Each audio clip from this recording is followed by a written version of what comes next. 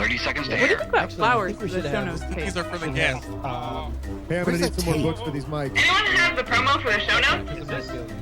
Wait, where's the Fiji water? Is this tap water? 15 seconds. Somebody get the cat. I can't drink tap Grab water. the cat. Can someone tell Joe's mom to stop vacuuming? It's not hard to find. Has anybody This seen beat. my hair gel? Artesian water, natural. Quiet on the set. Live in 3, 2. You know, did you file a permit with the city to record down here? File a permit? Wait, you're still here? Yes, sir. Tex-Mex, here at your service. President of the Texarkana, Texas Chamber of Commerce. Now, I know for a fact, sir, that permit number 782 is required if you're going to operate a podcast in a residential area like this one. And based on that look in your eye, it appears to me that you, sir, are not in possession of such a permit. That's going to be a heck of a fine right there. Heck of a fine. Would this help with that permit thing? What is that? It's $10. Are you trying to bribe a city official? No. Hey, I just wondered if you dropped that. I just found it on the floor. I see how this works. Well, this is what we're going to do. Oh, boy. I did drop this $10, you hear? And you start making podcasts that shines on this community in the right light. You got that? Yes, sir. Now I'll stand over here. You just get to podcasting. Will do. All right, Doug. Let's fire it up. Live from Joe's mom's basement in gorgeous Texarkana, Texas, it's the Stacking Benjamin Show.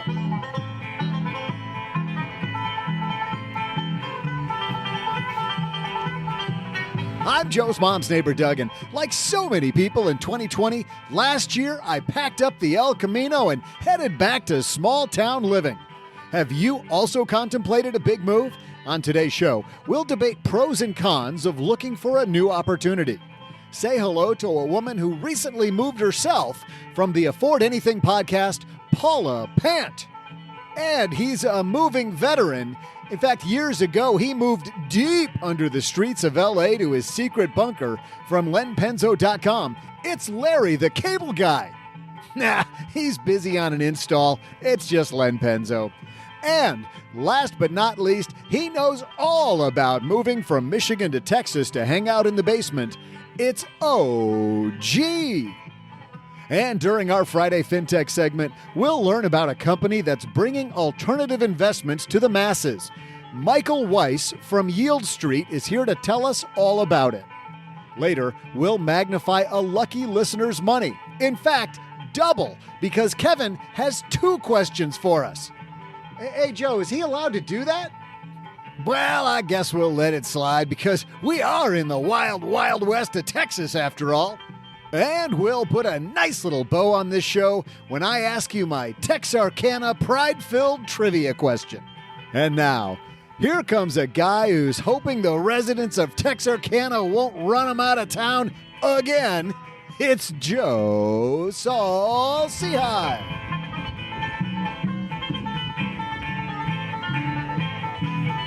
Hey, and we are so happy to be back in Texarkana with the crew and representing with our new theme music.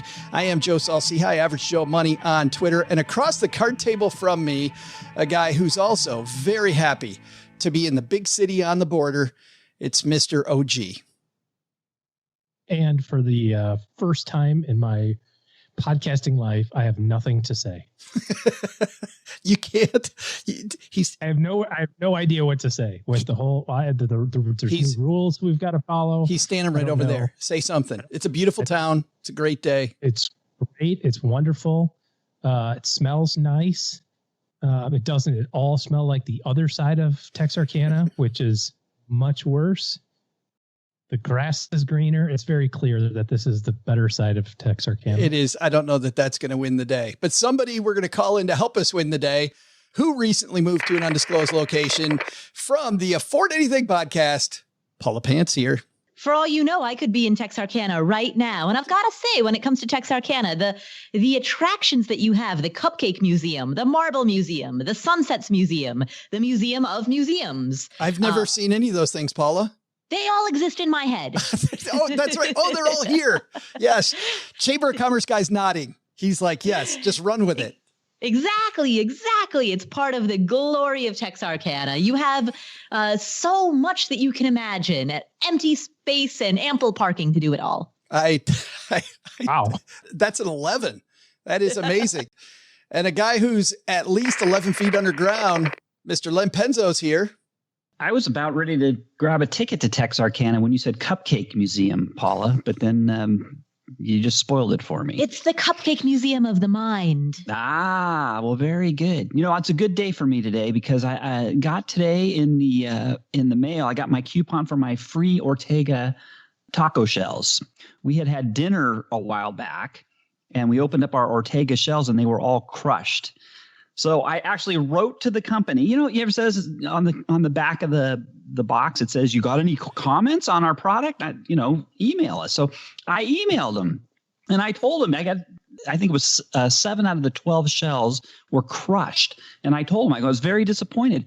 And within a day, they got back to me, a very nice person named Alex from the Ortega company. It's actually, I think, B&G is the distributor, but he got back to me. He was very apologetic, and he promised he was going to send me a coupon for free taco shells, and I got them today. So thank you, Ortega. You're an upstanding company. Oh, gee, Len Penzo is the only person I know who can tell that story, and there's like no punchline at the end. I'm sitting here waiting for the Ortega joke to come, and there just is none. He's just got this heartfelt, I'm happy. And then I got taco shells. Yes. Well, you know what? In just a second, we're going to talk about maybe you could move and live next to the factory, Len, which could be great. We're going to talk about moving and things you need to think about if you decide to move either to a lower cost of living area like beautiful Texarkana or move for a different opportunity. But first, this episode is brought to you by Indeed. Stop waiting around for the perfect candidate. Instead, use Indeed sponsored jobs to find the right people with the right skills fast. It's a simple way to make sure your listing is the first candidates see. According to Indeed data, sponsored jobs have 4 times more applicants than non-sponsored jobs. So go build your dream team today with Indeed.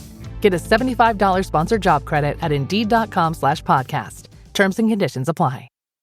K-pop Demon Hunters, Haja Boys Breakfast Meal and Huntrix Meal have just dropped at McDonald's. They're calling this a battle for the fans. What do you say to that, Rumi? It's not a battle. So glad the Saja Boys could take breakfast and give our meal the rest of the day. It is an honor to share. No, it's our honor. It is our larger honor. No, really. Stop. You can really feel the respect in this battle. Pick a meal to pick a side. Ba-da-ba-ba-ba. At participating McDonald's while supplies last. All right, let's get ready to talk moving. We got OG here. We got Len here. We got Paula here. Let's get this party started. Hello, darlings. And now it's time for your favorite part of the show, our Stacking Benjamin's headlines. Our story today, the inspiration for today's discussion, comes to us from Travel and Leisure. This piece that I was inspired by comes from Jonah Bear. Jonah writes, I moved from the city to the country. Here are 6 things I wish I knew. I know, Paula, you didn't move from city to country, but you certainly moved. Any of these things, why you decided to stay in the city? Well, I've moved many times in my life. I grew up in Cincinnati, then I moved to Boulder, Colorado, then I moved outside of the country for 2 years, then I moved to Atlanta, then I moved to Las Vegas, and so I've always kind of been on the move. So I agree with many of his points. So being outside is transformative, absolutely. You'll want some outdoor gear, and you'll want to make... Mm-hmm. Let's just start with that one. Let's take these maybe one at a time and start with being outdoors. I mean, you can get outdoors in a city, though, Paula, right? Yeah, absolutely, 100%. In fact, some of my favorite outdoor spots are in cities. Like anytime that I travel, the first place that I go is to the park, like the big anchor park of any major city. In Bangkok, there's Lumpini Park, for example. In Atlanta, there's that's the one I always go to when I want to get away. I know, right? And there's just beautiful, beautiful outdoor space. Plus, on top of that, Within about a 1 hour proximity of many major cities, you've got hiking trails in many places. There are hiking trails, there are oceans, there are forests, there are mountains. You know, you go an hour outside of Seattle or Denver or Boston, there's just gorgeous, gorgeous outdoor scenery. And so I don't want to create a false dichotomy between being in the city and being outdoors. I think that, in fact, they're highly compatible. Let's stay with this outdoors theme. Oh, gee, when you moved to Texas, was being outdoors and being in the area where you live, was that an important consideration in your move? Now, moving to Texas outdoors, let's see. I was interested in the outdoors because I was tired of the cold weather. So when it comes to being outdoors more often then. Yeah, but like hiking. And so, I mean, we moved from one metropolitan area to another metropolitan area that, you know, you can't tell the difference of Anytown, USA from the subdivisions, I don't think. But yeah, but you kind of can. I mean, look at it as an example. Paula spent some time in the Denver area. So you've got the mountains at your back door. Len's got the ocean whenever he wants to head that way. So there's those differences of what you've got. I've got the mountains an hour away here. Mm-hmm. Sure. I mean, and it's warm. You know, we moved because of the weather. I mean, that was it. Just warmth. Warmth. It was just soul crushing cold in Michigan. And I was like, I'm out. So I'm either going to spend the summers or spend the winters in Florida by myself, or my family can come with me.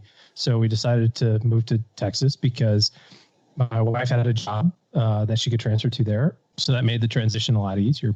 But ours was no mention of the basement being here at all. And we have a podcast that's based here too. That was a consideration, I suppose. Maybe. Len, who knows? Len, outdoors. Are you an ocean guy? I mean, why do you stay in the LA area? Is it job? Is it family? Is it the climate? Yes. It's the taxes. Yes. Keep going. Keep going. That's 3 for 3. You've ticked 3 of the boxes. You know what? You know, I'm a native. This is where I was born. That's where I was raised. The weather's fantastic. My profession, there's not a lot of places that I can go. I'm kind of limited by where the corporations are, really. Did you see that change, though, with COVID? Can new people that work at your company now, can they live anywhere? Yes. Yeah, almost. It's almost. Not all of them, but it depends. It depends if you have to work in the lab or not.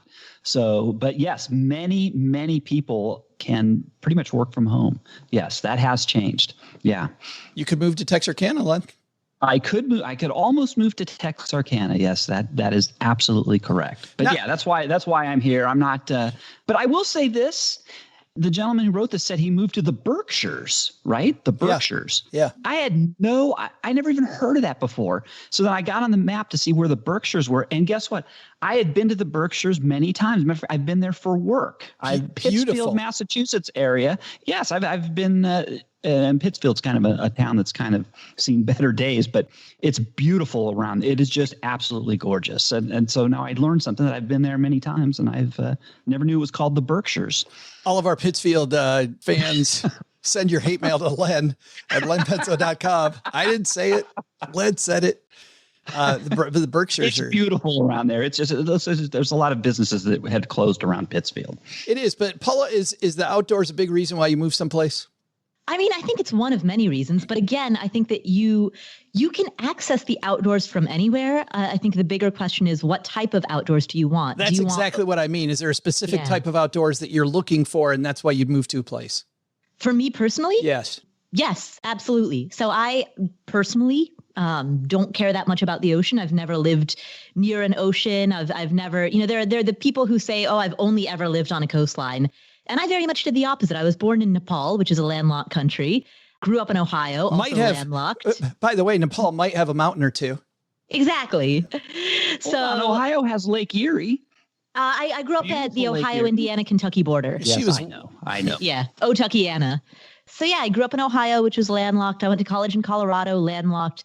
Lived in Atlanta, landlocked. So, when I moved to Las Vegas, and I explained it to a lot of people by saying, hey, Vegas approximates a lot of the Southern California lifestyle in terms of 300 days of sunshine a year, palm trees, slow pace of living, slow pace of life. I was like, it approximates a lot of that lifestyle just without the ocean. And a lot of people responded by saying, yeah, but don't you miss the ocean? Don't you want it? I mean, for me personally, no. Like, to me, mountains are far more important, being Nepalese. That's just in my blood. It's kind of it's the Nepalese way. But do you feel it when you're away from the mountains?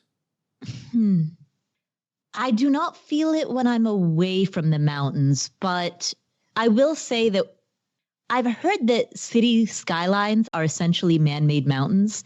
It evokes some of that same feeling when you look at a skyline of tall buildings. Mountains of people? Yeah, it's the mountain. It's like architectural mountains. It's man-made mountains. And so I will say that I need to be either near mountains or near skyscrapers. I need to be near one of the two. The first thing on this list, and we were talking about this before we hit record, OG, is that you're going to need a car or two. And you thought that was pretty funny, but there are people in Chicago that I know that are in their mid-40s, haven't had a car in forever, don't need one. People in New York that I know that don't own a car, don't really need one. They end up paying for parking a lot. This idea about small town living and needing a car, it doesn't really match the thing that it just kind of made me laugh. I just don't understand how it got to the point where he actually moved without a car and then realized, like, the title is, I moved from the city. Here's 6 things I wish I knew. Like, it didn't come up in the thought process of, like, I'm packing all my stuff and I'm moving into the country, and it never crossed your mind to, like, how would I get to the store?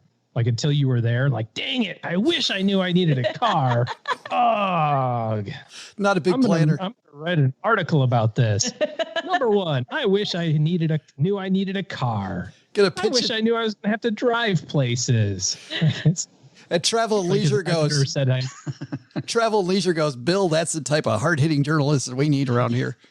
The editor was like, I know that you've got this great article about 4 things you wish you knew, but that just says we need to punch it up a little bit. Can you come up with 2 more? He's like, well, I needed a car. Oh, yeah, use that one. Lead with that. You think the guy went to downtown Pittsfield and said, hey, where's the subway? Yeah. Maybe. He pulled up Uber on his phone. Well, no, they point to the place where you make sandwiches, like right next door. There it is. There's the subway, right? The subway's right there. Yes. It's there. 6 inch or foot long. I mean, if you're moving into a new area and you have not figured out the transportation system associated with that area, so maybe it goes both ways, right? You move to Chicago, you have a car or 2, and you go, oh, turns out I didn't need one. I wish I knew I could have got rid of my car. That would make more sense to me than the other way. But I got to tell you, the second thing on here, moving back to Texarkana from Detroit, the second piece on here is get used to driving a lot. When we moved here the first time, a friend of mine, when I was asking him about town, one of the first people I met in town, I said, yeah, around rush hour, like what areas do I kind of stay away from? And he looks at me with this incredulous look at it, like, rush hour? The hell are you talking about? He's like, yeah, if you're at Richmond Road and I-30 around 5 p.m., you might wait 2 lights. So that's about it. But then he had a rule, which was exactly the opposite of this. His rule was, it's either less than 8 minutes to get there or you don't need to go. Like, that is the rule. And seriously, in Texarkana, everything is at least an hour and a half. It's either less than 8 minutes or it's more than an hour and a half. It's going to be one or the other. But Len, for you, I mean, just the cost of going out to dinner with the honeybee, I think is going to be 45 minutes round trip or more, being in LA traffic. Yeah, that's why. But there's a lot of local places for dinner. But where it does come in is your commute. So I'd say most people who... Yeah. So for work, my commute was 40 miles one way. So 80 miles a day before I was began working from home. And that is hard driving, man. It's long. It's not like, I don't know about Texarkana. I'm sure you can drive 40 miles in 20 minutes probably, or 10 minutes if you really wanted to, But for me, 40 miles, if I didn't leave super early from home, that could take me an hour and a half. An hour and a half one way. So 3 hours a day just of my time commuting. And it's hard. It's very hard. You do have to get used to that. The one thing I did miss when we first moved here was a bunch of the different, national restaurant chains that they had, or a big, huge variety of restaurants to go to. But I don't know, man. When I was in Detroit, OG, I didn't go to a ton of different places. Like the handful of places we have here, just, I don't know. And I'll tell you, when I go to and you'll know I live in a little town now, when we go to the city, the city. I appreciate going to those more. Do you find yourself going to all the cool places you can go to in a city just because you live there? Well, no, because you go to the same things that you like. I mean, that's what we do. We find the places that we like to go to and then go to them again. And in Dallas, I mean, you could go out to eat for every meal forever and never run out of places to go. You know, I mean, there's just so many restaurants and so many places to eat. So I would rather personally have an experience that I know I can count on than try something new and be disappointed. Paula, somebody thinking about making the move to a small town that maybe has the opportunity from where Len works or Microsoft, where my son works, you can now live anywhere in the United States. What would you caution them on? And what would be the upside to doing that? What would you like best? Well, the first piece of advice that I would give them would be to think through their day-to-day life and to map out what that's going to be like. Because it can be easy to get caught up in the, oh, I'm going to go hiking or I'm going to go boating on the lake.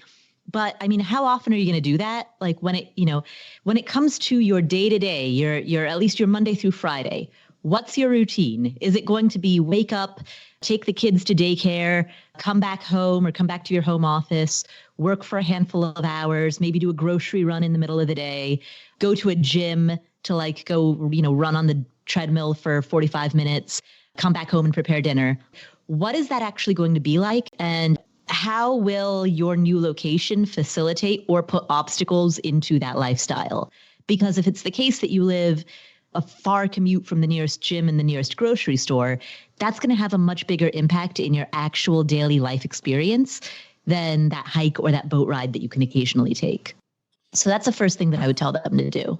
In terms of advantages versus disadvantages, I mean, certainly you have more space. So think about how you want to use it. Like, have you always wanted to build a YouTube studio in a spare room? Speaking from experience, that is something I would like to do, but I don't have the space for it, but that's okay. So how are you going to optimize the use of that space? But also, it isn't like, oh, I have space, how should I use it? It's what is the purpose of my life? And does having this additional space facilitate that purpose or not? Yeah. So first find the purpose of your life is what I'm saying. Yeah. Start with the purpose and have the place drive the purpose. Exactly. Len, if you were going to leave the Los Angeles area, what would you be looking for? A lot less density, obviously. I'd like to have neighbors who are maybe an acre away from me, just less density of people. But of course, I still want to keep my climate. So I'm spoiled. I'm a baby. I can't handle cold weather, and I can't handle hot, humid weather either. So I'm kind of limited here to the parts of the West Coast. You're trapped. So you're trapped. Yeah, I am trapped. I'm trapped by my own. But you've never thought about moving away to a lower cost. I mean, Paul was joking earlier about you like overpaying for everything and the high taxes there. A lot of people move from California when they retire for those very reasons. Well, I will say this. I've got a real estate guy who's actively looking at places for me, and he sends me every week, actually a couple times a week, places in the central coast of California. So I'm looking there. I am considering it, but I have no plans at the moment to do that. Why would that be, though? I mean, seriously, because there's people thinking this thought right now, maybe considering that type of a move. Why move versus why not move? Well, in California with Proposition 13, it's if you've been in your home a long time, and I've been in this home for 20 years, my property taxes are quite low, actually. They only go up 1% per year. So if I were to move and I was to buy a new home up there, my tax basis would be huge. So right now I'm paying $5,000 a year in property taxes here in Southern California, which is absolutely phenomenal. If I was to move to the Central Coast and buy a house, say for, I don't know, even $500,000 or that would be $10,000 right off the bat. But so I'd double my property taxes. Yep. Immediately. What's the upside though? I mean, why would you make that move? Well, just a change of scenery. Like I said, less density of population. It's beautiful country up there, in my opinion. The climate's a little milder. It's actually more San Diego-ish, I think, at least along the coast. So, it's just I just like that area. So it's just be a change of pace. I found a few things when we moved. Friends, people don't think about friends and family when they move. And that surprised me. I don't know, Paula, if leaving Vegas and your friends there, if you feel that at all, just not being face to face with them. honestly, everybody kind of left at the start of COVID. Oh, did they? Okay. Yeah. So, I mean, and I've noticed a lot of times whenever I've left a city, it's because, or it coincides with my whole social group also leaving. You know, when I left Atlanta, it was at the same time that my roommates, who I was very close friends with, also left. One was a couple that the guy got a job at Rice University, and so they left to go there. And then the other was a roommate.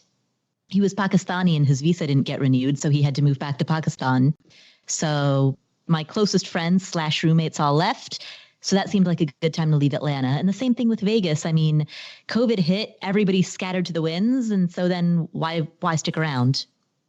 Oh, gee, let's end this discussion with you. When you're talking to clients about moving from one area to another, what are some of the surprises that they see?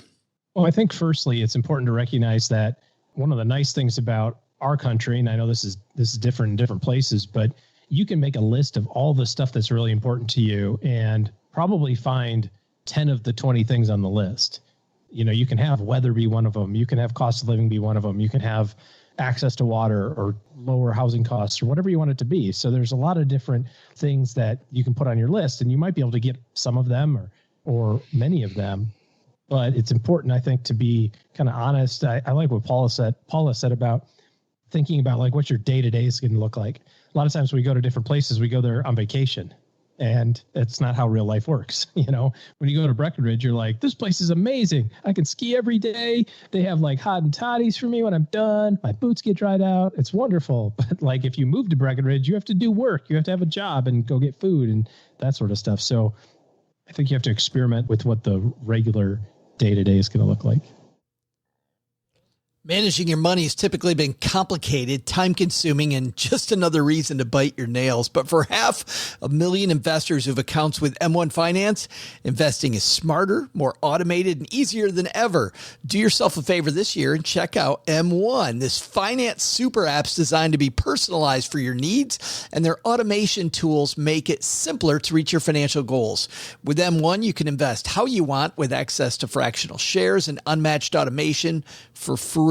You can borrow against your investments at super low rates too, just 2 to 3.5%, and use this flexible portfolio line of credit for anything like investing more in your portfolio, refinancing other loans, or funding large projects. M1 ties it together in a free digital account so you have more flexibility and smoother money movements. Just keep in mind, borrowing involves higher risks and rates can vary.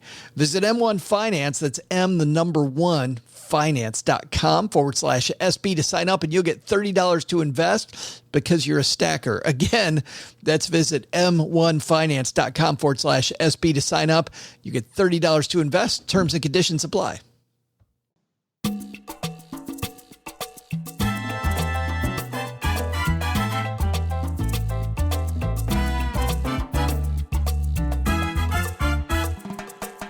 Any of you guys familiar with Yieldstreet?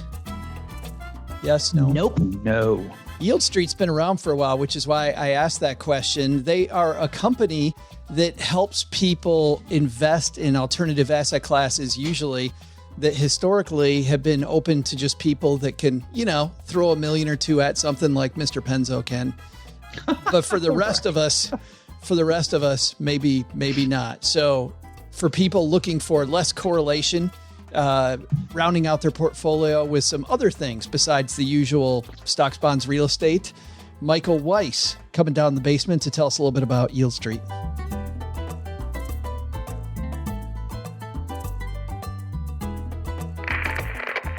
And on my dad's shortwave radio, it's my new friend, Michael Weisz. How are you, man? I'm doing great. Thanks so much for having me, Joe. Super excited to be able to contribute back. I love your show. I listen a lot, and let's have some fun. Well, I'm glad you could hang out and talk a little Yieldstreet with me. I have this vision in my head of you two co-owners, like you're old friends, you're out at lunch one day, and you guys, one of you go, you know what? I got this crazy idea. Let's talk alternative investments. I'm sure it didn't happen that way, but tell me how you guys decided to start the company. You couldn't be more wrong, actually.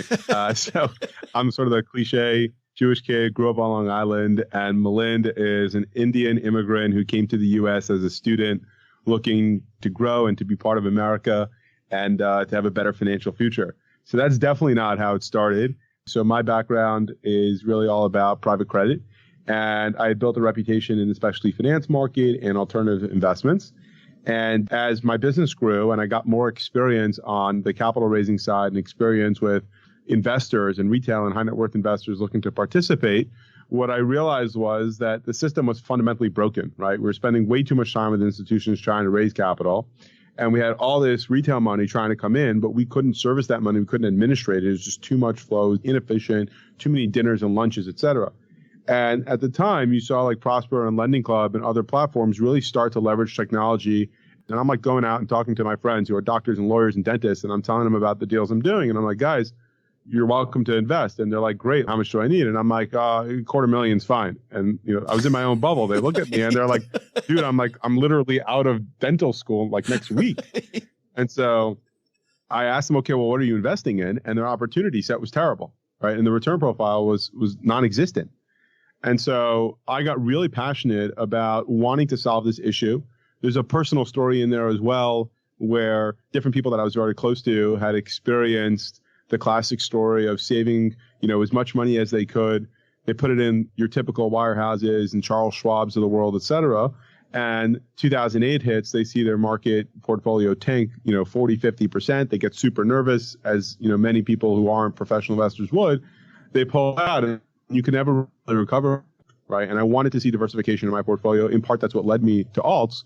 In any event, I get super excited about building a business that can bring access to people. But I had one big problem. I knew nothing about technology. I'm a Wall Street guy, and I understood investments, and I understood investors and investor portfolios, and that's what I did.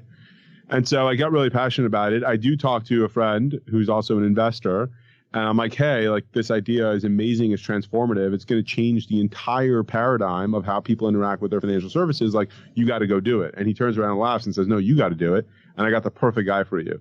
And he introduces me to Milind. I meet Milind for the first time, and the guy is literally pitching me my pitch from the consumer's perspective. And I was like, this is incredible. So it was kind of love at first sight, where I come from a background that has strong rigor and culture at the organization to focus on asset quality, on asset performance, on investor portfolio, et cetera. And Milind is always thinking about, how do I leverage data and technology to solve for big problems? And so we built Yieldstreet because it was something that we were passionate about for ourselves, for our families, and for our friends. And we knew that it could be so much bigger.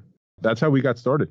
Michael, when you talk about alternative investments, though, give our family at Stacking Benjamins like an idea of what type of investments these are. What does an alternative investment look like to somebody who's just used to using an index fund all the time?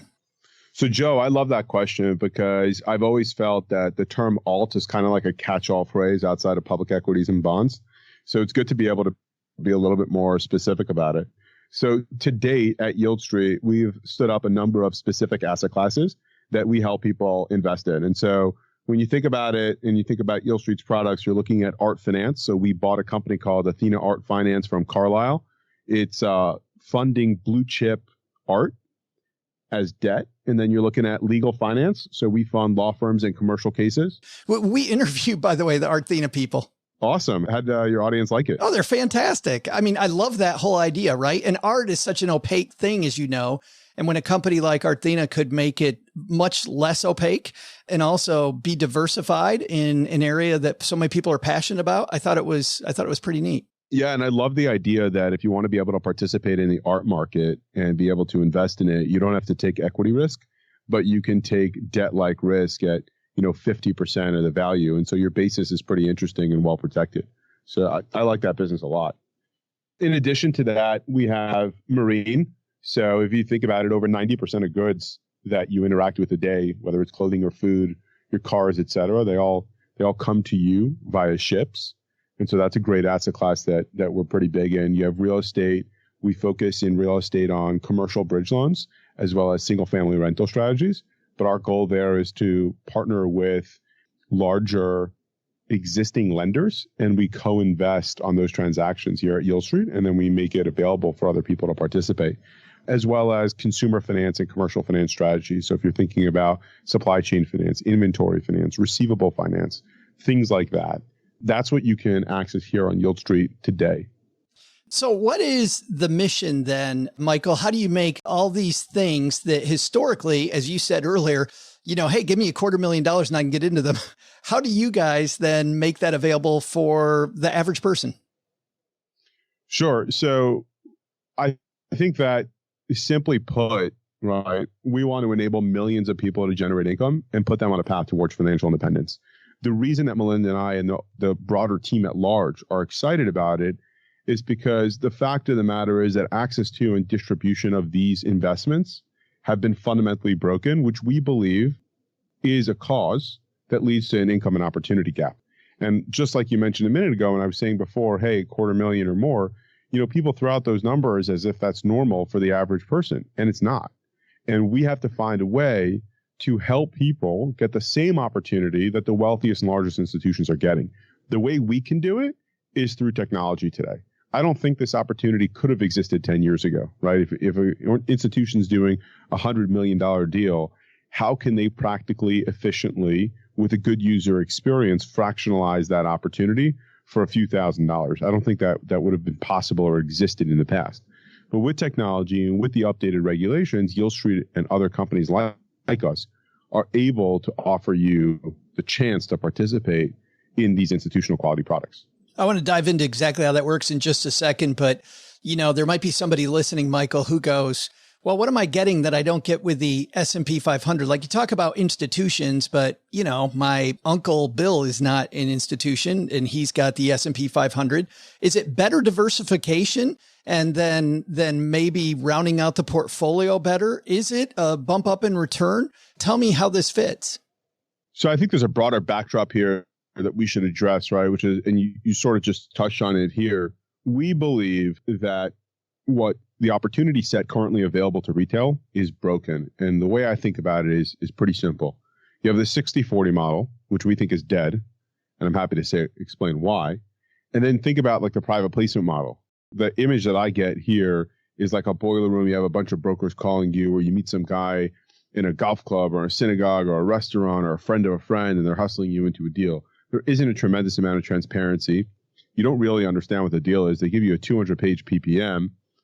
Fees are difficult to understand what they are. And then on the public side, on the 60-40 model, the way the generation before us invested and the opportunities they had, much more companies were coming public and giving people the opportunity to participate in the growth and the convexity that those companies would build. We don't have those opportunities as much as they did today.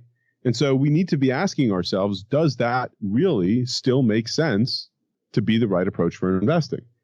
And so the reason I talk about institutions is, if you look at some of the largest institutions, endowments and foundations, they have almost up to 60% of their assets in alternative investments, and consumers have 6%. So zooming out for a second, I got to ask myself, hey, these organizations have massive piles of money. They have the most well-paid professionals focused on making the right investment decisions, and those decisions are leading them to put up to 60% of their cash in alts. Shouldn't the rest of us be following? Shouldn't we be asking ourselves, hey, why are they moving in that direction and we're not?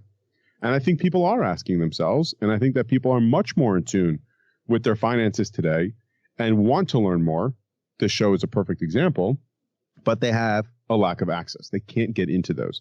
And so specifically what you get, at least on a platform like Yieldstreet, is most of our products are debt or debt-like products. And so you're not going to see the same volatility that you see in the markets. You're not going to see prices fluctuating up and down.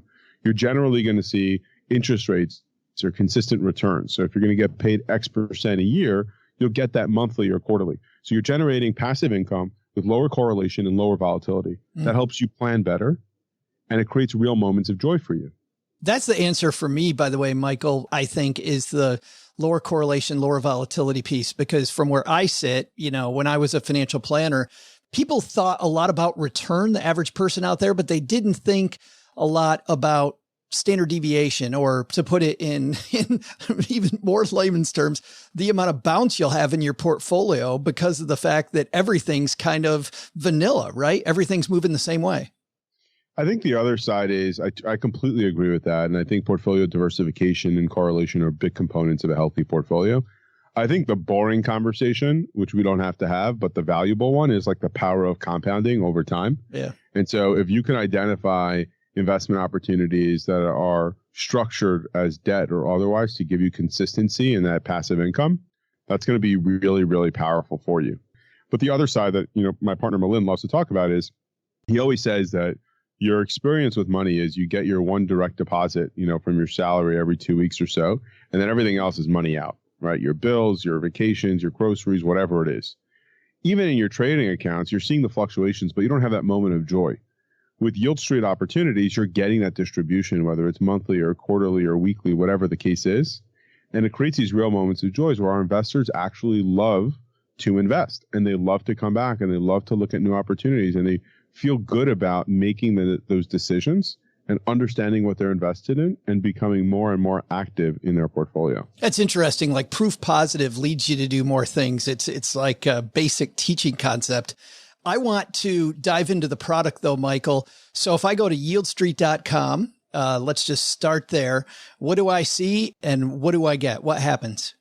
So if you go to yieldstreet.com, I think you're going to feel that you just landed on a modern, digitally native, beautiful site that's really going to help you learn about these investments. That's going to position you to make a knowledge-based decision. There's a lot of material there around education, around helping you understand what we do, but also broadly the investing market. We're a huge, huge supporter of the notion that you need to understand what you invest in. And if you don't, wait to the next deal. So that's a big focus of ours is education.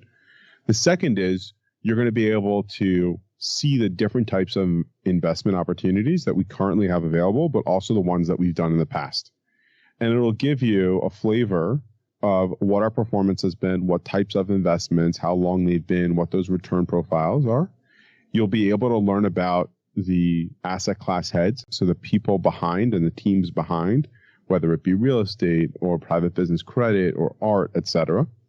And you'll be able to immediately sign up, learn to fund your account, and make investments pretty quickly. And the beauty of our platform is that we've pretty much automated the entire experience. So if you went on, you signed up, you went through the onboarding, which is fairly easy and quick, you funded your account, you picked an investment, we'll ACH it right out. We'll get your investment going. When distributions start to come back in, they'll automatically go to your wallet. When it becomes tax season, we'll auto-generate those documents for you. When you're looking for updates on the performance of your investments, they'll automatically be dripped into your portfolio. If you look at our website and compound that with our app, I think what people realize is, hey, this is 2021, how money should really work for me. Yeah. I was going to ask you about the app because it looks like I can just follow right along on my phone. I know that there's individual offerings, there's fund offerings. I want to ask about the difference of those two things that I see on your website. But before we get to that, can I use IRA money and non-IRA money, or is this mostly non-IRA money? I'll tell you one even better, Joe. We're huge believers in IRA, but we also understand how frustrating rollovers are and transfer of IRA. We went out and bought in IRA business, and the whole notion of that was to streamline the process and make it easier for people. So we brought down average conversion from 40 days to 6 days. Was 6 days? Really? 6 days. Yep. That's what we do, man. We make things easy and enjoyable and a beautiful experience, and we make you want to enjoy investing. Yeah, 6 days. Sorry, just when I was a financial planner, it's been a little while, but it was always a pain in the ass. We had to follow up on it 40 times. There was always some signature, some piece of paperwork that wasn't done right. That's incredible. Let's talk about Joe, do you know what the estimates are on how much cash is sitting in IRAs uninvested because it's too much of a pain? I can't imagine. Just crap loads. I think ballpark numbers are around 20 trillion right now. Oh, Lord. It's sickening, right? Because this is money that can help people get ahead and build a strong financial future. Let's talk about the difference. I see at the bottom, it says individual offerings and fund offerings. What are those two things, Michael? Sure. So different people want to invest differently, right? Some people want to be super passive. So they want to say, hey, here's how much capital I have. I want to have a diversified portfolio and I want to be passive, right? And so you have something called the Yieldstreet Prism Fund. It's a 40 Act fund. It's open to accredited and non-accredited investors. It has co-investment rights with Yieldstreet. So it has the opportunity to have pieces of each asset class within that fund. So it gives people the opportunity to have a fixed distribution rate where they know they're getting a certain payment every quarter. It gives them the opportunity to invest in a fund that is going to be comprised of multiple positions. That's one. Two is some people may say, hey, I really like legal finance or real estate. So we may have a legal finance fund or a real estate fund that's comprised of one or more positions in that asset class.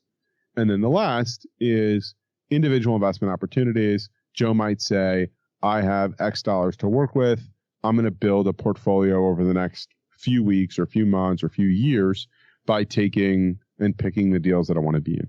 So we're really flexible in enabling you to have what we call self-driving money, super passive on one end, all the way down to individual options for individual deals. On the app front, we mentioned that you can follow this on your phone, available both on Google platform and iOS. Yep. And primarily that's how I interact from my perspective. So my PA and the way I use Yieldstreet for the most part is on my app. Nice. Even these little moments of joy, like getting a pop-up of a notification, hey, Michael, you just got $462.50 or whatever it is on Art Portfolio 1. Like that's an awesome moment. You're at a bar, or, I mean, today you're not at a bar, but you're at home, you're doing your thing, and you realize that your money is working for you when you're sleeping, when you're working, whatever you're doing. And it's super powerful to realize that and to realize the potential. Better than finding a $10 bill in your jeans. I'll take my notifications all day. Right. Well, and a question there as an example. So I see that $400 come around. Can I automatically then reinvest that? So in certain products you can, like in the Prism Fund, in Yieldstreet Prism Fund, we have a DRIP program, a dividend reinvestment. And so you absolutely can in certain cases. Yeah. Okay. Yeah.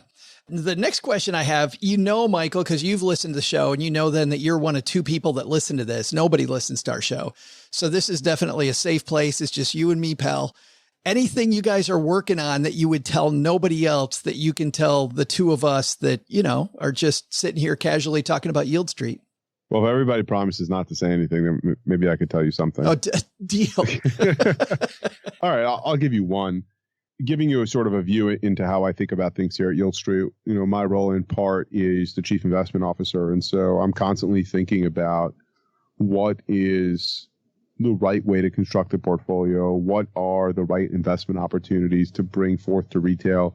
Candidly, like, what do I want to see in my portfolio, right? And what do I think you should see in your portfolio? And I really split the way I think about that into two major categories. So one is income. And a lot of what you've seen us do here at Yieldstreet is about debt products generating consistency or some level of consistency in interest payment, whether it be monthly or quarterly. And the other side is asset appreciation, right? I want retail to be a part of the story of growth. And if you think about that, let's talk about COVID for a minute, right? So COVID has had a huge, huge impact on certain businesses. And so I'm asking myself, which businesses have been impacted most, right? So the obvious answers are like aviation, hotels, hospitality, nightlife, and the list goes on. And then I say to myself, okay, what has changed fundamentally? So I'll give you an example, like for aviation. I think, and I believe firmly, that aviation is going to roar back and we're going to break records of pre-COVID. Now, whether that happens in 22 or 23 is a question mark, but I know I want to be part of that story. And so there's significant distress in that market. There are incredibly professional investors who have long-term track records. I want to be able to take Yieldstreet and go to those managers and say, hey, I want to invest in your fund. I want to invest in these opportunities. And I want to be part of that growth story. And I want retail to be part of that growth story, because for far too long, only the biggest hedge funds and wealthiest families have been able to participate on the rebuilding of America, right? Who really made all the money coming out of the last recession? It wasn't the little guy. It wasn't me. It wasn't you. It was Goldman and KKR and all these amazing funds. And kudos to them. It's great. But now's our time, and we could be a part of that. And so the next big thing that you're going to see here at Yieldstreet is Yieldstreet continuing to launch new funds where we're going to go out and find what we think are the best opportunities that we want to invest in, and then give you the opportunity to join Yieldstreet. That's exciting, but I can't imagine, Michael, just the work that goes into that. We work hard, man, but I love it. Like I couldn't imagine doing anything else. I got to tell you, like, I have more fun here at Yieldstreet than I've ever had anywhere else. That's what I was just thinking. I wish you were more passionate. I really do. It's Yieldstreet. We'll link to it on our show notes page at stackybenjamins.com. Michael, thanks a ton for hanging out with us and talking alternative investments. I really appreciate it. Joe, thanks for having me, and I look forward to being back soon. Hey there, small town loving stackers. I'm Joe's mom's neighbor, Doug, and as you probably know, millions of fans love our little town of Texarkana. Sorry, gorgeous Texarkana, because of our incredibly huge list of fine dining establishments. There's too many to list right now, but one that I can highly recommend is an option right off historic I-30 called I think I'm pronouncing this right, the Olive Garden. It's this beautiful Tuscan countryside-themed place with an amazing wine menu and authentic Texarkana college-age kids working there to pull the whole Southern charm meets Italian villa, just brings it all together. And when you go, you gotta try out any of the authentic dishes, like their meatballs that taste just like the ones Joe's mom makes with ragu right out of the jar. Or take the Tour of Italy sampler platter. Venice, Rome, and Florence, I'm sure all from your booth in down-home Texarkana, Texas. This restaurant has done so well, turns out they've apparently expanded across the U.S. So how about this Texarkana-based trivia? How many Olive Garden restaurants are there outside of the original one here in Texarkana?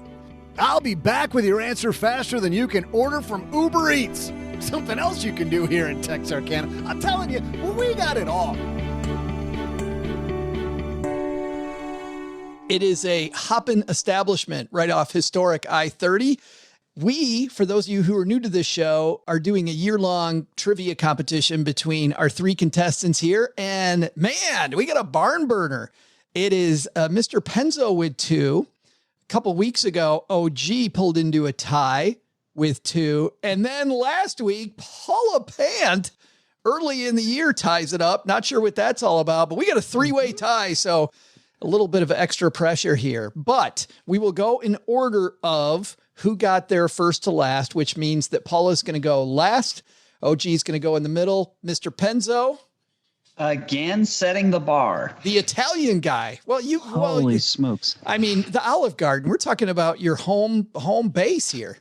I guess so. I mean, geez, you know what? I got to have Doug come over and try some of my lasagna. You've had my lasagna, Your lasagna is amazing. Yeah, we'll have to have him over for that. I got to say, the way that cheese just does not want to cut, it's incredible. Okay. What is there? Did you think I was making a cut the cheese joke just then? Yeah, I wasn't going to. I'm not even going there. I didn't even think about it until you started laughing. All right. So let's see. Olive Gardens is this the continental United States? Yes, sir. I think it's just all the U.S. All the U.S. Okay. Well, I have no freaking clue. I'll just take a stab here. There's 50 states. Let's say an average of. Well, let me pick a small state like a Rhode Island would probably only have 2 or 3, but a big state like Texas would have 4 or 5. Yeah, I bet you Texas has like 100. We'll say so. I'll say. I'm going to say an average of 30 per state. No, that's probably light. No, let's go with that. 30 per state. So 50 states times 30 is what? 1,500. 1,500. But so minus the original one, according to Doug in Texarkana. So is it $14.99? Well, yeah, $14.99. $14.99. All right, OG. And if it's 1,500, I'm really going to be mad, Joe. If I talked you out of the last one. How many Olive Gardens are there? I think that the number's higher than 1,500. I believe just over there in that other big city, just west of here. I mean, there's got to be 10 or 15 just in the Metroplex. Oh, you're kidding. Is that true? Oh my God. I don't know. They kind of feel like they're everywhere. There's at least as many Olive Gardens as there are McDonald's, right? I don't have any freaking idea. I'm just kidding. Let's go with a slightly higher number. I'm going to say, he said $14.99. I'm going to say 2,678. And that doesn't include the one here in Texarkana. Correct. All right. Paula? I mean, ultimately, the choice that I have is, do I think that Here we go. Every time. Well, cut to the chase. OG, your guess was 2,678. Is that correct? Yes. Can't remember. 2,679. You think there's also more. I'm just going to capture the upside. Going for the upside. All right. There's 10 of them just in the Metroplex area. You probably won, Paula. I don't know. I don't have any idea. I feel like there might be 10, but I'm not sure. Well, as you guys know, we'd love to tell you, but we can't do it right now. So we'll be right back.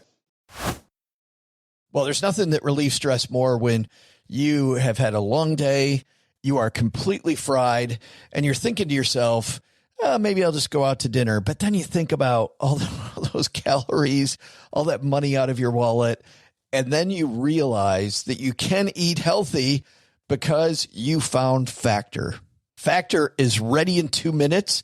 Factor shops, preps, cooks, and delivers straight to your door, so you have more time for everything you love this spring, and you don't have to worry about eating healthy and going outside your budget because you've got the food sitting there in the fridge that you had pre-planned. What is Factor? Well, Factor has meals built around your goals, whether that's weight loss, overall nutrition, more protein, or GLP-1 support for strength and workout recovery. Check out Factor's Muscle Pro collection. Every meal's crafted with functional ingredients, lean proteins, colorful veggies, whole foods, and healthy fats. Factor bans 175 plus ingredients. No artificial colors or sweeteners, no high fructose corn syrup, no refined seed oils, just nutrient-dense foods. It's fresh, never frozen, over 100 rotating weekly meals, including globally inspired flavors like Mediterranean and Asian, so there's always something new to look forward to. I use Factor. I think you're going to love it too. Head to factormeals.com/SB50off, stackers, and use code SB50off, and you're going to get 50% off and free daily greens per box with new subscriptions only while supplies last until 9/27/2026. Well, running a small business, as you may know, like I do, it is super fun, but it can also be very tough. And when it's time to get a loan, it can feel impossible to find the lender that you actually trust. Big banks say no. The internet, well, that's full of sketchy offers with sky-high rates and fine print you can barely read. Whether you need help covering payroll, managing cash flow, or investing in growth, you deserve better. And that's why I recommend the small business marketplace Fundera, which is powered by NerdWallet. It's a free, easy-to-use platform. It lets you compare real financing offers from trusted lenders, and it's all in one place. And what I like is that you don't need perfect credit to get started. There's no spam. There's no bait and switch. Just personalized options that fit your business needs. Nothing I like better than a place that treats me the way that they would want to be treated. Using Fundera is a super way to quickly compare options and make your best funding move the way any great business owner would. Here's the best part, though. For a limited time, when you visit nerdwallet.com/SB and fill out the no obligation form, you're going to get VIP treatment and talk with a real person who knows all the ins and outs of small business lending. And you can tell them specifically what you're looking for. They can tell you specifically which options you should probably consider most. Don't risk your business on unreliable lenders. Go to nerdwallet.com/SB to learn more and find the funding you deserve. Fundera Inc., NMLS ID number 1240038. Len, it looks like you are way low compared to the other two at $14.99. Yeah, I'm after OG said what he said. I'm not feeling very good about this one. OG, you got the middle ground from roughly what, 2,000 to 2,600? So for the record, there's 22 in the Metroplex. There are? Oh my God. Are you kidding? Holy, look at that. Jeez. So Paula's grinning, so she must know the Olive Garden. You're a big fan of the Olive Garden, Paula? You know, in my early 20s, yeah, I would say that I was. I don't think I've been there since then. Yes. If you would like our team to go more often, Olive Garden, you know where to find me, Joe at stackingbenjamins.com. We could do Olive Garden. I love Olive Garden breadsticks. Could do the trivia all the time. All right. You can eat soup and salad. Let's see who our winner is, Doug. Hey, stackers, I'm your Texarkana tour guide, Joe's mom's neighbor Doug, and here to tell you more about this lovable southern city than you ever really cared to know. Here's a few more facts to get you up to speed on our quaint town. Population of Texarkana, Texas, 36,688. And that's if we only count Joe's mom's once. But over 25,000 more people live in Texarkana, Arkansas, which is right across a street named State Line Road. I wonder how they came up with the name of that street. Probably multiple caffeine-fueled planning meetings went into that one. Oh, here's another one. The town got its name for being close to the state line of Texas, Arkansas, and Louisiana. Here's another one. The historic Sanger Theater downtown fell into disrepair but was saved and restored and then renamed the Perot Theater in 1982 by the guy who saved it. H. Ross Perot. That dude's a native of Texarkana and a former presidential candidate. He requested it be named after his parents after he gifted it to the city. What? Well, that's enough. Okay. I guess Joe's mom said that's enough facts for now. Tex, the president of the Chamber of Commerce, just drove off, so we don't have to kiss that guy's ass anymore. So let's get back to today's trivia question. Question was, how many Olive Garden restaurants are there outside of Texarkana? Well, here we go. The total number of restaurants is 867, minus what I'm sure was the original one here, our local favorite, which means the correct answer is 866. See? This idea is growing like a weed. Now it's time to go get me some of those delicious, authentic breadsticks. See ya! Whoa! Wow. All must be in Texas. And 20 of them are just over in OG's neck of the woods. Very good. If you want to be surrounded by Olive Garden, apparently be in the Dallas area. Holy smokes. That's why it feels like they're everywhere. It's because they literally are everywhere here. OG's like, I can't breathe. There's too many Olive Gardens around me. I know. I just looked. There's like another 25 of them in Houston. So between Houston and Dallas, crazy. That's crazy. We're just in love with Olive Garden. And Len retakes the lead. Paula's looking pretty. I was going to say, I'll continue setting the bar for you guys. There it is. Paula's looking pretty casual. It was weird for her to be that close to the lead. I know, I'm not used to being tied for lead, so. She's like, I'm sorry, I panicked. Right. Hey, let's take out the magnifying glass, guys, and help somebody do better with their money. Today's hotline call comes to you courtesy of magnifymoney.com. When you go to stackingbenjamins.com/magnifymoney, Len, you know what you find? Yeah, you find a great way to increase your returns on your savings account. You can magnify those savings by magnitudes. It's awesome. All the savings account options, 92% of them, checking accounts, the different debt consolidation products all available, magnifymoney.com, all ranked against each other, stackingbenjamins.com/magnifymoney. Nice job, man. It's like you've been on this show once or twice. Yeah, I think I've heard that a few times. Maybe. And today we're going to help. Who are we going to help? We're going to help Kevin magnify his money. Say hi, Kevin. Hey, Doug and Joe G. Long-time listener here, hopefully a first-time learner. Got some good news and some bad news with two questions because it's cold up here and I assume each one qualifies for a t-shirt. First, the bad news. My dad passed away in November and left behind many thousands of dollars in credit card debt. I was not an authorized user or a joint account holder on any of these cards, and there are no assets in the estate after paying for cremation. I've heard horror stories of credit card companies hounding families to repay unsecured debts like this, and I wanted to know if you have any advice for dealing with them when they do come knocking. Now the good news. After paying off our student loans, my wife and I want to be the cool aunt and uncle and cover our 3-year-old nephew's college or career prep costs. We've funded a 529 plan that now has about $25,000 in 100% equities, and we plan to contribute $3,000 to $5,000 per year and let compounding work its magic over the next 15 years. I think this is pretty awesome, but we've heard concerns that Junior won't work so hard if he knows his college is paid for. Have you heard anything like this in your planning businesses? And what are some of the best ways you've seen families manage this kind of situation so Junior's not perceived as just getting a free ride?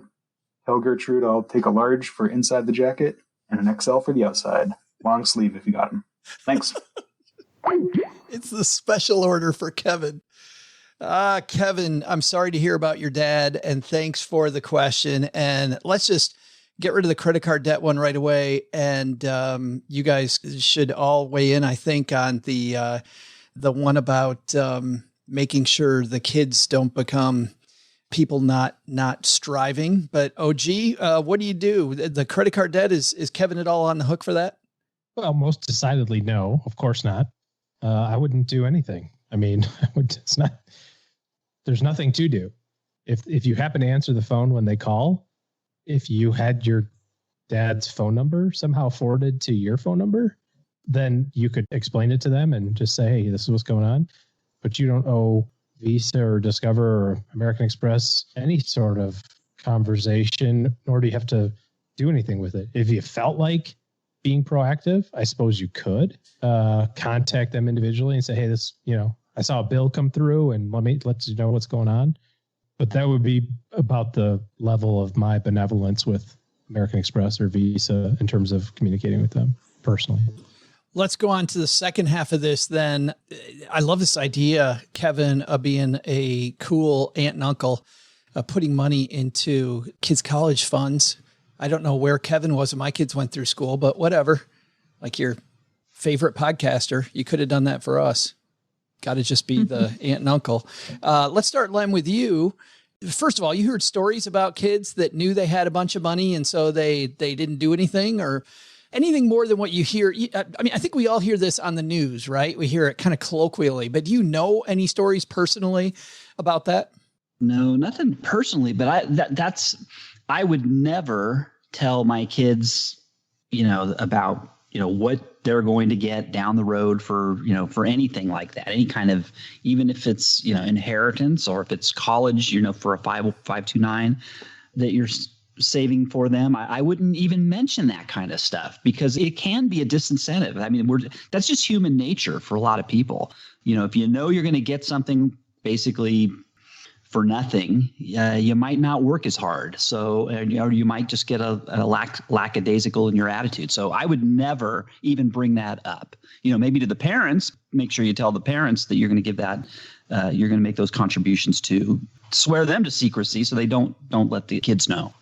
Paula? Well, so I'll tell you what I'm doing. So myself and my parents, we have a family foundation, and we have been supporting 5 orphaned children in Kathmandu. We've been putting them through boarding school. So we pick them out at the age of 5, and we made the commitment to support them until they finish the Nepalese equivalent of high school. So they from age 5 to age 18. Well, they're all, or 3 out of 5 of them are now aging out of that, they've all turned 18. They finished their 12th grade. It's called 10+2. So they finished the equivalent of 12th grade. 2 of them have not indicated any interest in going to college or any interest in moving to an English-speaking nation. And one of them has. One of them is very enthusiastic about it. He's shown immense promise.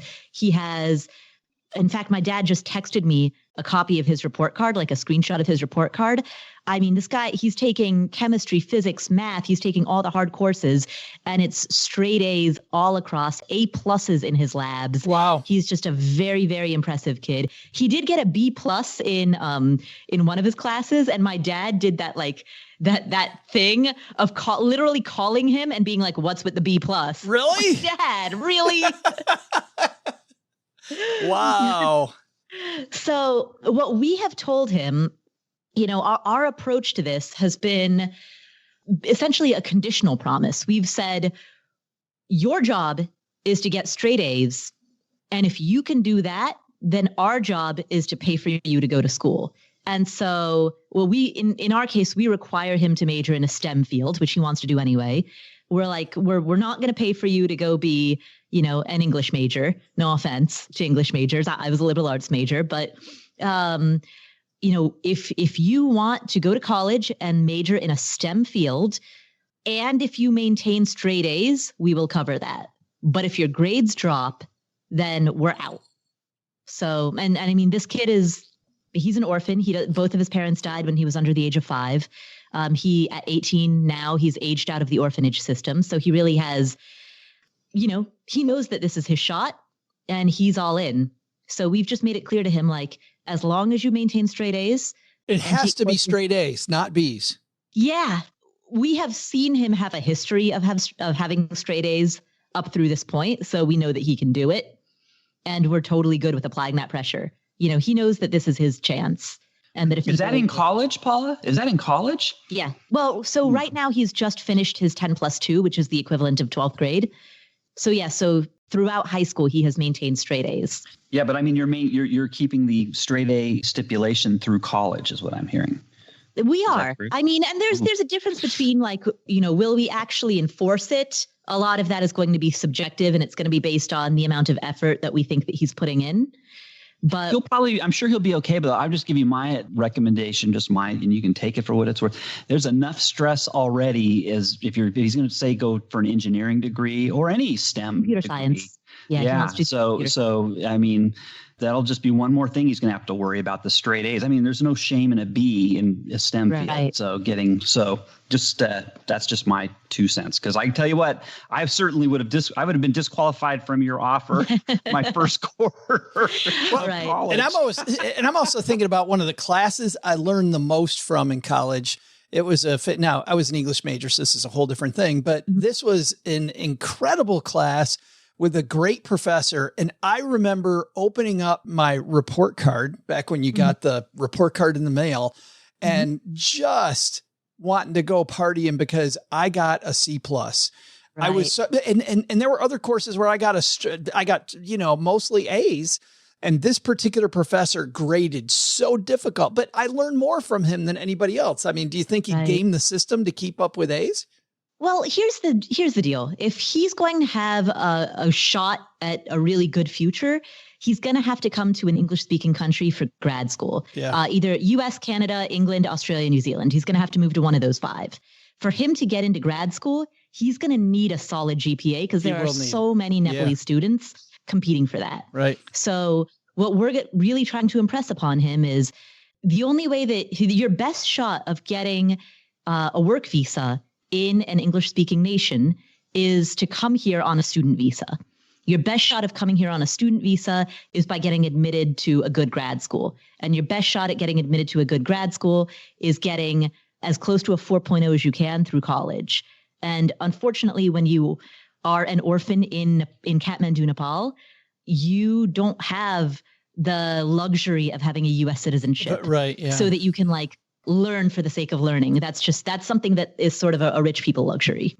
I had a client when I was an advisor that did a reimbursement system. And if you got an A or a B, in his case, with his kids, he would reimburse you, but also the amount of living expenses as well at the next semester's rate. So in other words, if the semester price went up, if the room and board went up, he would pay for all that for the next semester, but it was compensating you for the semester before. And then at the end, the cool thing is when you graduated, you would get then, if you got A's and B's then too, you would get a graduation gift, which was that first semester's money, right? Where you had to, so during high school, he helped them learn how to get jobs and pay for one semester. And then he would do this reimbursement. And I asked Tim, why he did that. And he said, because I don't want to be the dad. And this sounds like where Kevin's coming from. I don't want to be the dad whose kid is like pumping the keg going, yeah, my dad's such a jerk, and just, he's paying for keg parties or whatever it might be. And now some people struggle. I know that wouldn't work with everybody's kid. But I think, Paula, like for you, that's a similar situation. Yeah. OG, what do you think? I would, under no circumstances, tell the kid or the parents that the money exists for all those reasons that you talked about. Like the whole, people are just going to be unmotivated with the information. And you wouldn't put carrots on it like Paula's talking about? No, because it's not your kid. I mean, so just kind of think through all the possible outcomes of this. So let's say that the mom and dad, so maybe they aren't able to save a ton of money, right? So they're going, your job then in that situation, if you want to be the cool aunt and uncle, is to like go, hey, you got to get good grades. Like Paul is saying, you got to apply for that scholarship. You got to get those grants. You got to go to the college that makes the most sense. You're not going to like stupid college and getting, up to your eyeballs in debt. Like, let's be smart about it. All those things. And then you come in the last minute and go, and oh, by the way, it's paid for. They do all of their stuff, right? Or if their mom and dad are able to pay for all of the college, and let's say that they're great parents and they're able to save a ton of money and they go, oh, we're so excited we paid for Junior to go to Harvard. You can go, awesome, that's really great. Now you have an opportunity to take that money and use it for something else. Another school, another education program for maybe another niece or nephew or grand nieces and nephews or whatever. I'd say your grandkids, but maybe that's the point of this, is that you don't have your own. But, so there's all sorts of different things that can come out of it. Just human nature is to suggest a easier path means that they'll let off the gas. And if you can come in and solve the problem at the very end, my wife and I have done this with our nieces and nephews. We have money set aside for them. We've never told them a single thing about it. And I'm talking to my nephew who's 18 right now, and he's talking about different colleges, and he's getting award letters and grants and financial aid. And we're talking about all the different options that he can go through and trying to make a good decision with that. And then we've got some money set aside for it. I'm not going to let him say like, oh, since Uncle OG's paying for it, I can go to this really cool school that costs too much that I probably shouldn't go to because, it's a private school and I just want to party, like you were saying. Instead, let's have him figure it out. And then we can help him with the room and board or the books or whatever. So anyway, my 2 cents on it. Well, there you have it, Kevin. That's our team's thoughts. If you've got a question for us, stackingbenjamins.com/voicemail. And we're happy to answer your question as well. And as Kevin intimated, we will also send you a code. You don't even have to tell us what size shirt you want. You can pick your own size when you go to the site. Medium. stackingbenjamins.com/voicemail. All right. That's going to do it for today, kids. Let's see what's happening. It's always so fun finding out what's happening where our team lives. OG, what do you got going on this weekend, my friend? Absolutely nothing going on this weekend with the shorter weekend or shorter work week. A little stressed out because there's a little bit more work to do with the Monday off. The kids at school next week. Kids have their like annual testing thing, so it's kind of try to keep everything pretty low key around here. We even do their chores for them so they can talking about making sure they get good grades. Paula, good grade time. So we make things very copacetic in the OG household. Don't worry. The week after that, we put them right back to yard work. Len, what's happening at lenpenzo.com?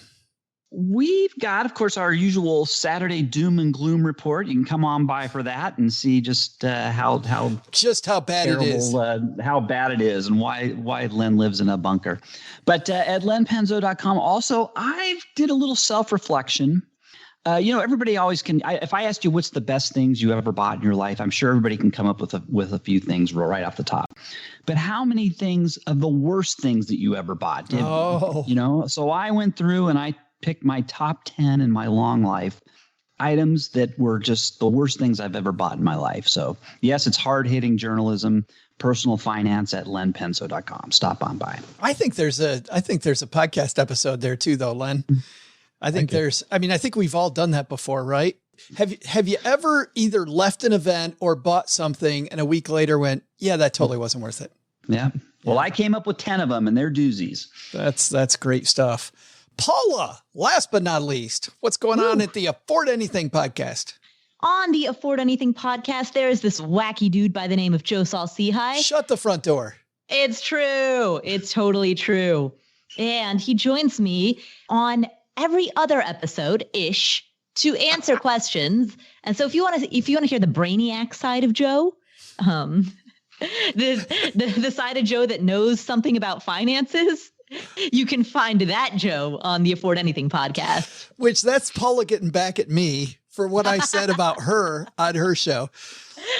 I'm like, if you want to hear Paula where she's not like going 18 levels deep with your question, come on over to Stacking Benjamins. That's pretty damn good. Touche, Paula. Touche. All right. That's going to do it from the basement. Doug, you got it from here, man. What should we have learned today?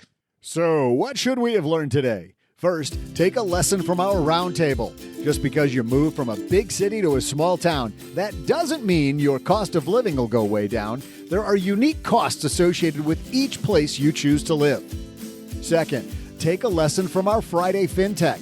Technology is bringing opportunities that used to be reserved for the wealthy and well-connected to the masses. But the big lesson? Small town living is great and all, but even small towns have big politics. Kowtowing to that Chamber of Commerce guy? God, it's a jungle out there, stackers. Thanks to our roundtable for joining us. You can hear more from Paula Pant by tuning into the Afford Anything podcast. Check out Len Penzo by heading to lenpenzo.com. And to learn more about Yieldstreet, you can head to our show notes page or simply go to Yieldstreet.com. Special thanks to Devin Carroll for playing a part that you might have caught over the last couple of days, but we can't say which one. He's not only an actor on our show, but he's also one of the most respected people when talking Social Security. Check out Devin on YouTube, and we'll also link to it on our show notes page at stackingbenjamins.com.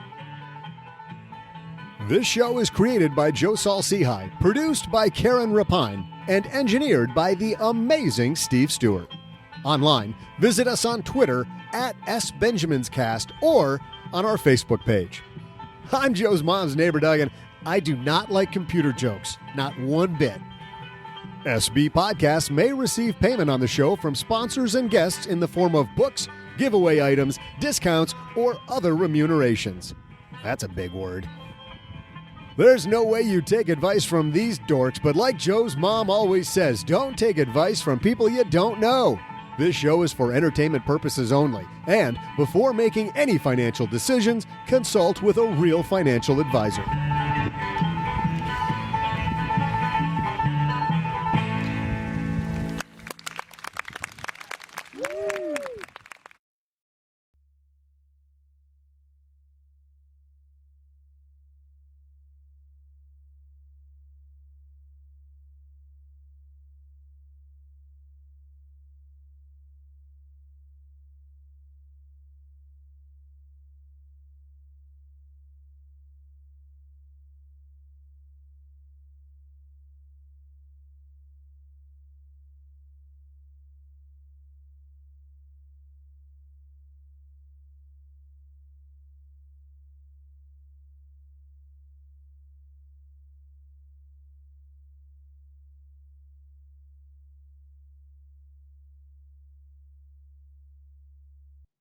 So you just want to do the after show right now? Yes.